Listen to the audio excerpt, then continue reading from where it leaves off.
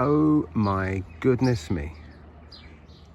Will you just have a look at this rose bush, which we rescued when we first moved into our house, I started to work on our garden 22 years ago. We moved in the summer, in July, and immediately had to dig this rose up. It was in the wrong place, it was in the way, it was the wrong time of year to dig it up. We did our best for it and put it into some fresh soil. It was fresh at the time, and give it a hard prune in the middle of summer. Wrong time of year to prune and wrong time of year to dig it up. But as you can see, it has repaid us every year, and it does so for months and months, well into the autumn, with these lovely rich red, lightly perfumed. Yes, nice light perfume to it. And the other amazing thing about it is that for the last few years, as the garden has grown, it has become pretty much totally in the shade of this nice big Trachycarpus palm tree. But these shrubs here, this shrub here that you can see kind of cascading over the rose is actually a bottle brush.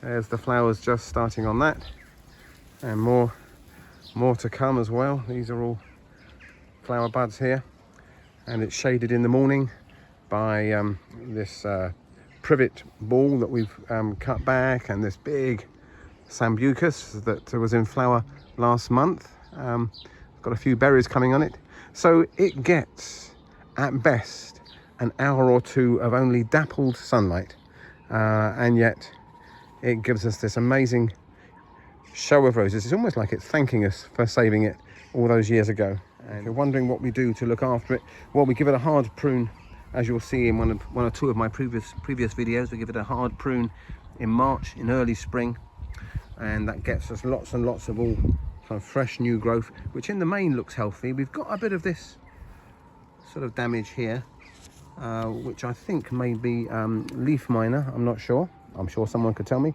And the other thing that we'll be doing is doing a little bit of deadheading, cutting off dead flowers as they go over. This one is about to go. Shall I cut him off now?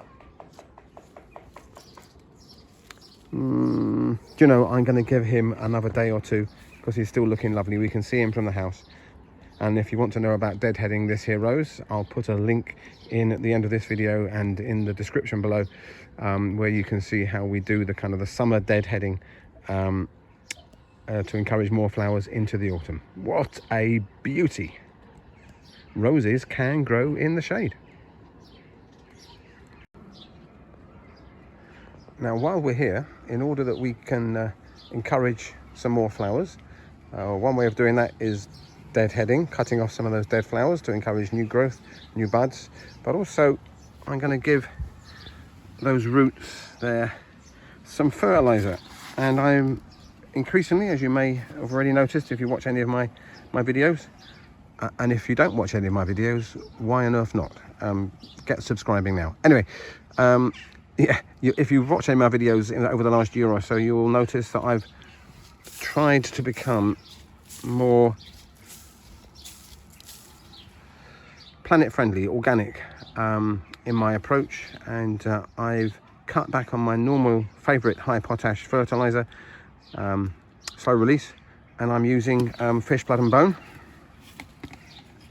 Other brands may be available, but although it may not have felt that organic to the cattle and the fish that provided these materials, I've started using it this year and it has worked really well.